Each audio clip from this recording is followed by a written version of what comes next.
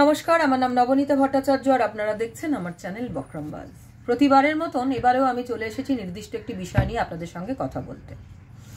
আমি আপনাদের আগেই জানিয়েছি যে আমি আমার চ্যানেলে বিভিন্ন ধরনের সেগমেন্ট রাখছি। আজকের সেগমেন্ট হচ্ছে ভিন রাজ্য।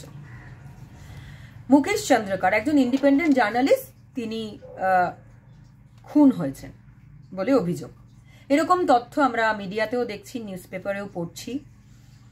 এবার তিনি খুন হলেন কেন সেটা আমরা জেনে গেছি যে 120 কোটি টাকার একটি তহবিল তছরূপ তিনি ধরে ফেলেন এবং তার ফলে নির্দিষ্ট যে ঠিকাদার তার বিরুদ্ধে সরকারকে ব্যবস্থা নিতে হয় এবং তারপর তার দিন এবং সেই কথা ধরেই, সেই কার্যক্রম ধরেই এই আমাদের মুকেশ, ইন্ডিপেন্ডেন্ট জার্নালিস্ট মুকেশ চন্দ্রকারের দেহ পাওয়া যায় সেই ঠিকাদারের ফার্ম হাউসে সেপটিক ট্যাঙ্ক থেকে দিন 3 পরে। 1 তারিখ রাত থেকে 1 জানুয়ারি রাত থেকে তিনি নিখোঁজ ছিলেন। এই খবর আমরা জানি, আমরা সকলেই জেনেছি অল্প বিস্তর। এখন মুকেশ চন্দ্রকর যে কাজটা করতেন সেই কাজটাই একজন সাংবাদিকের করা কর্তব্য আর কি। কিন্তু আমরা সেই কাজ করতে ভুলে যাচ্ছি। তার কারণ হচ্ছে যে আমাদের বিভিন্ন রকমের বিজ্ঞাপন, বিভিন্ন রকমের প্রলোভন। কিন্তু যে দেশের গণতন্ত্র নড়বড় করে, বুঝতে হবে সেই দেশের সাংবাদিকরাও নড়বড়ে। মুকেশ চন্দ্রকরের কথা অবশ্য আলাদা। মুকেশ চন্দ্রকরের কথা আলাদা বলেই আপনারা বুঝতে পারছেন যে তাকে খুন হতে হলো। এবার বিষয়টা হচ্ছে যে সাংবাদিকরা, আমরা যাদের মেনস্ট্রিম মিডিয়ার সাংবাদিক বলে জানি, আমরা জানি যে তাদের কিছু করার থাকে না।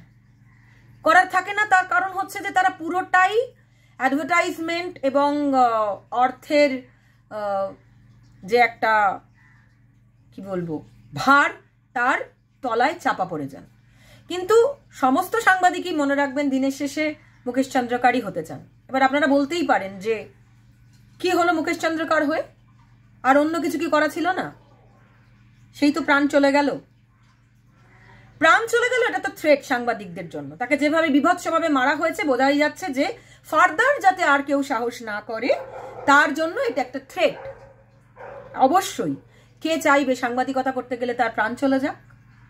এই দায়িত্ব একা সাংবাদিকদের নয়, যেটা বলার জন্য আমি মুকেশ চন্দ্রকরের বিষয়টা টেনে নিয়ে আসলাম।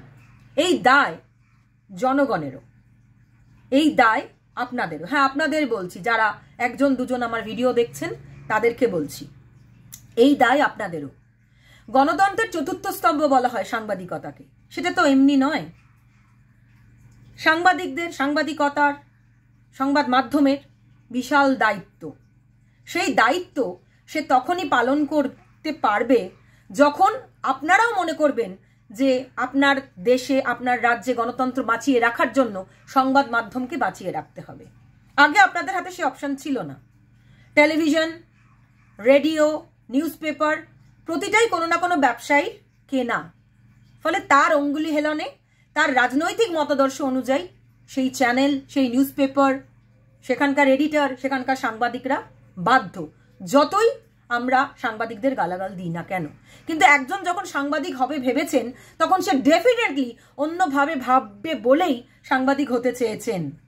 কিন্তু আপনাদের কাছে একটা জিনিস আজকে পরিষ্কার করে বলতে চাই, ইউটিউব আসার পরে মুকেশ চন্দ্রকরের মতন প্রচুর সাংবাদিক ইন্ডিপেন্ডেন্টভাবে সাংবাদিকতা করার চেষ্টা করছে, সরকারের সাহায্য ছাড়া, অ্যাডভার্টাইজমেন্টের সাহায্য ছাড়া, কোনো রকম কোনো মতাদর্শের সাহায্য ছাড়া।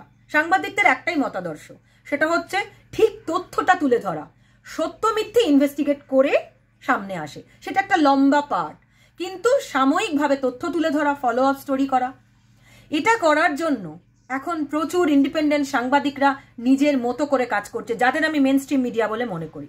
মেনস্ট্রিম মিডিয়া এখন কিছু করার নেই, সেখানে যারা সাংবাদিকতা করেন তারা মূলত চাকরি করছেন, তাদেরও কিছু করার নেই।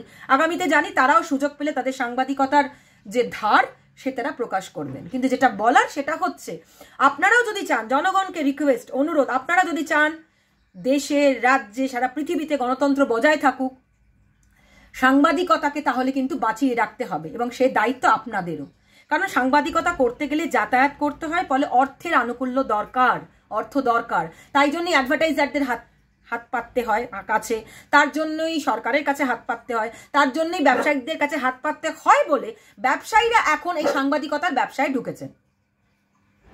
কিন্তু আপনারা পারেন গণতন্ত্রকে ফিরিয়ে আনতে, সংবাদ মাধ্যমকে ফিরিয়ে আনতে, সংবাদ মাধ্যমে যে গণতন্ত্রের যে চতুর্থ স্তম্ভ বলা হয় সাংবাদিকতাকে, যা পড়ানোও হয়, সেগুলো তার হাত শক্ত করতে যদি আপনারা চান। আপনারা সারা দিনে অনেক পয়সা খরচ করেন নানা রকম বিষয়, দরকারে অদরকারে, অদরকারি থেকে একটু অর্থ দিন, একটু অর্থ সেই সকল সাংবাদিকদের দিন যারা ইন্ডিপেন্ডেন্ট সাংবাদিকতা করে বাঁচতে চাইছে। মুকেশ চন্দ্রকারের যে মৃত্যু আমরা জানি সেটা সাংবাদিকদের জন্য থ্রেট। যেভাবে তাকে মারা হয়েছে আপনারা জানেন, আমি সেই বিষয়ে আর কথা বলছি না। সেটা থ্রেট অন্য সাংবাদিকদের জন্য যে যদি করে কমবে বেঁচে থাকতে চাও তাহলে আমাদের দিকে তাকিও না, করাপশনের বিরুদ্ধে কথা বলো না, সরকারের বিরুদ্ধে কথা বলো না, ব্যবসায়িকদের বিরুদ্ধে, লুটেরা ব্যবসায়ীদের বিরুদ্ধে কথা বলো না। কিন্তু এই যে সামাজিক দায়িত্ব, সেই দায়িত্ব একজন সাংবাদিকের কাঁধে যেমন দেওয়া হয়, সেই কাঁধকে শক্ত করে তুলে ধরার জন্য জনগণেরও দরকার, যারা মনে করবেন যে সংবাদ মাধ্যম দরকার, নির্ভীক সাংবাদিকতা দরকার, যাতে আগামী প্রজন্ম সুস্থভাবে বাঁচতে পারে, আগামী ভালো ভবিষ্যৎ গড়ে উঠতে পারে। মুকেশ চন্দ্রকারকে স্যালুট জানিয়ে ভিন রাজ্য থেকে আমি আমার ব্লগ শেষ করলাম। আপনারা ভাববেন প্লিজ, ভালো থাকবেন, আবার দেখা হবে।